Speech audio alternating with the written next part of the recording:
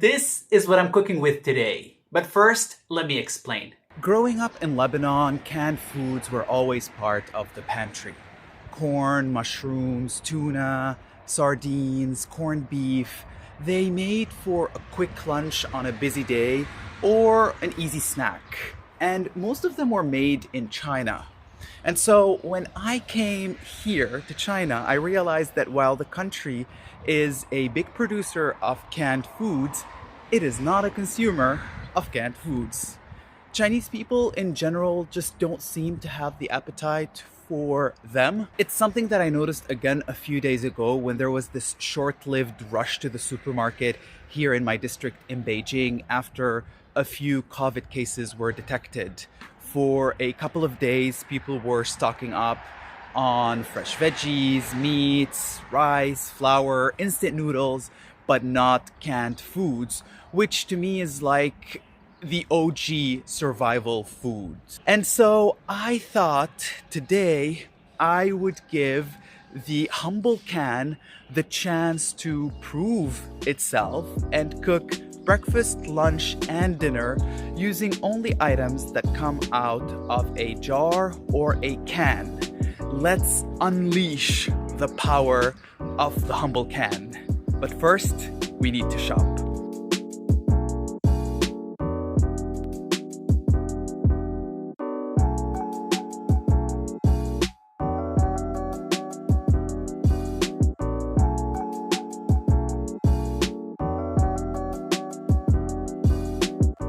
I am here in the forgotten aisle.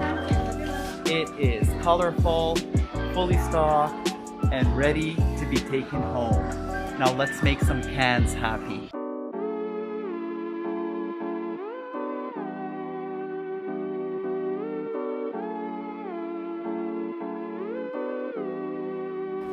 The shopping is over. I have one heavy bag and one heavier backpack. And now it's time to get cooking. For the first meal of the day, I went for shakshuka. It's an egg and tomato dish from North Africa. For this canned version of shakshuka, you will need tomatoes, onions, garlic, quail eggs, and rice cakes. I started with the pickled onions. I used around 100 grams and cut each in half. Then I peeled 4 cloves of garlic and grated them. Mince them if you want, I went the easy way. Then the eggs. The recipe usually uses chicken eggs, which are poached in the tomato sauce, but canned quail eggs is what I found in the market, so that will do. I used 5 and cut them in half. And last, I opened the can of tomato. Skillet on the stovetop, medium heat. In goes the tomato. I avoid oil when I can, so I didn't use any. These were whole canned tomatoes, so I went in with a wooden spoon, then switched to a potato masher to crush them. Garlic, onions, and mix. In keeping up with the theme of not using fresh stuff, I went for dried herbs. Coriander, basil, thyme, and rosemary. I let everything simmer on low heat for 20 minutes, then added the quail eggs. They are already boiled, so I only needed to heat them up. Black pepper, cumin, and smoked paprika, and we are done. Let's try the quail eggs. I've never had quail eggs before. So creamy. Oh, this is good. The sauce is a little bit acidic, and I think it's because the onions themselves are sour and the tomato sauce is sour, so that's like a double whammy here. I tried to counter that with sugar, but I don't think it was a great success. Nonetheless, the sourness is still manageable. The onions are still a bit too crunchy for my taste. Even though I did let it cook quite some time, the sauce. I guess that's how canned onions are, pickled onions are. But this is definitely a great way to start the day. It's herby, it's peppery, you get a little bit of smokiness from the smoked paprika. The spices are on point. For lunch, I played around with a chow mein recipe or fried noodles, using canned tuna and spaghetti because I was out of noodles. You will need tuna, onions, green beans, spaghetti, and garlic, oyster sauce, dark soy sauce, liaojiu or Chinese cooking wine, and sugar. First up, the green beans, which were more white than green. Drain, rinse, and set aside.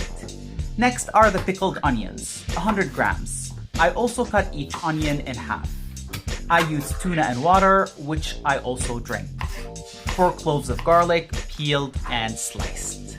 Skillet over medium heat, 2 tablespoons of oil. In goes the garlic for a couple of minutes. Then the onions. Mix, and leave for another couple of minutes. The tiniest sprinkle of salt. Then the tuna. Mix and cook for 4 minutes. Add in the green beans and cook for another 4 minutes. For the pasta, bring water to a boil in a pot. Spaghetti goes in their jacuzzi, and I just followed the instructions on the packaging, which said to cook for 10 to 12 minutes. Once the pasta's cooked and drained, it is time for the dish to come together. For the sauce, I used 4 tablespoons of soy sauce, which in hindsight was a mistake. 3 should do. 1 heaping tablespoon of oyster sauce, 1 tablespoon of dark soy sauce for color, and half a teaspoon of sugar. My mix was dry, so I added a bit of the pasta water, and voila. The onions are crunchy, they're a bit sour, a bit sweet. There's this sea flavor from the tuna.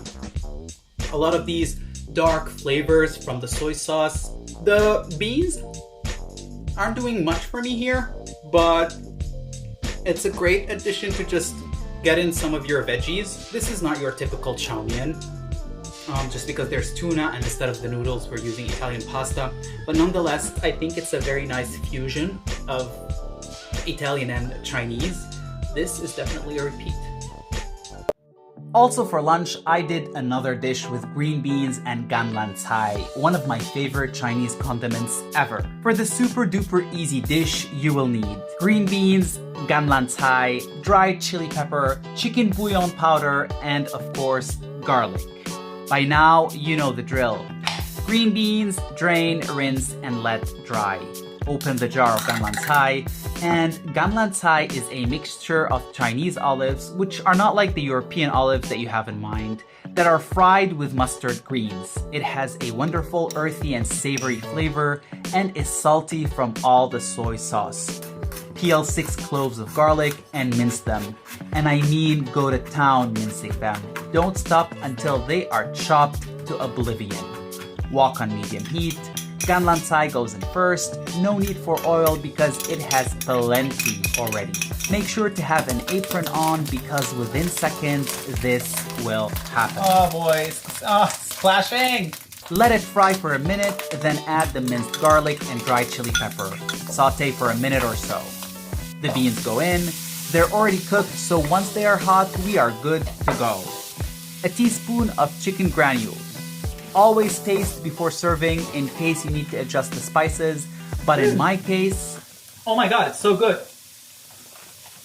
Oh wow! And we're donezo. This is incredible. This, despite being so simple, has so much flavor going on. Nothing is overwhelming and nothing is masking other flavors. It's just like a perfect harmony. The only thing that I think is different using canned beans is that they're very mushy, they're very soft, whereas this dish usually could use a little bit of snap, a little bit of bite from the green beans, the fresh ones. I think this is the only difference here. This is perfection. Chef's kiss. Dinner was a light affair with a protein-packed salad made with everything canned. You will need chickpeas, kidney beans, corn, olives, and beetroots. Honestly, the hardest part about the salad was opening the cans. Aha! Voila! That was super easy. And from there, making the salad was pretty straightforward. Half a cup of each ingredient. I did slice the olives and dice the beetroot so I can have a more uniform bite later on. For the salad dressing, I simply improvised. Onion and beetroot pickling juice, mustard, oil, honey, and a bit of water to thin the dressing. Dump it all in, lid on, shake, shake, shake, and ta-da! This is nice. I mean, it's not the best thing that I've had, but for something that I literally just winged as I went about it, I think this is pretty good. The red beans are creamy, the chickpeas are creamy. There's a little bit of sweetness from the beetroot, earthiness from the beetroot, but also sweetness from the honey that I put. It definitely could have used some freshness in the form of either fresh herbs or tomatoes, fresh tomatoes, not canned, or even cucumber, but I'll definitely eat it again. This wouldn't be my go-to salad, but in a pinch, yeah, why not? I'll do it. I did it. I'll do it again. Success. I'll say it's a success. I could not pass up on making a dessert. And I might have found the easiest shortcut for rice pudding. You will need canned porridge. I used purple rice porridge. Coconut milk, canned coconut, sugar, optional, I ended up not using it, vanilla essence, and shredded coconut for decoration. Making the dish is as simple as dumping the porridge and coconut milk in a pan on medium-low heat, bringing the whole thing to a simmer, then stirring occasionally until the mixture thickens. After about 20 minutes, I realized that I had used too much liquid, so I threw in half a cup of day-old rice that was sitting in my fridge. 30 minutes later, much of the liquid had evaporated, the color darkened, and it was thick and creamy. I killed the heat, added the canned coconut cubes, a dash of vanilla, and I was ready for the taste test. Yummy. Oh my god, this is incredible. Let me be honest. Porridge is boring. It's nutritious, but it doesn't have a lot of flavor. And so I think that turning porridge into rice pudding and then adding coconut to it really just amps up the flavor and gives it a little bit of a personality. The rice is smooth, it's well cooked. There's all sorts of rice in this. There's glutinous rice, there's white rice, there's black rice, there's purple rice, there's other types of grains, and so it should be healthy. And I didn't add sugar to it at all. If there's a potluck somewhere, I would take this. If there's a dinner party, I would take this. This is something that you could actually show off in front of other people. And it didn't require anything more than just opening cans. So, what have we learned today? I think the most important lesson is to never, ever cook 5 dishes in one day, because boy, am I tired. On a more serious note, I think that there's this widespread idea or misconception that canned foods are less than, that they're not relevant in a world where you can just walk into a supermarket year-round and find fresh fruit, veggies, and meats, or that at the touch of a few buttons you can have hot meals delivered to your doorstep. But canned foods have revolutionized how we eat. They have extended the shelf life of fresh produce and preserved their nutrients for a very long time. And that's exactly why canned foods are really good during emergencies, whether it's on the battlefield or during natural disasters, or when disruptions hit supply chains of food like what we've seen over and over again around the world during COVID since 2020. Sure, fresh foods are the best. Nothing beats fresh food.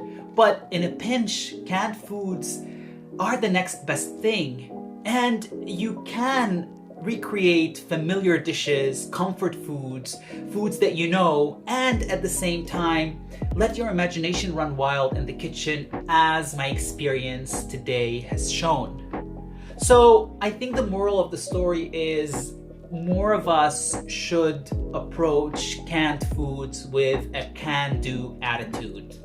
And yes, it did take me some time to come up with this pun.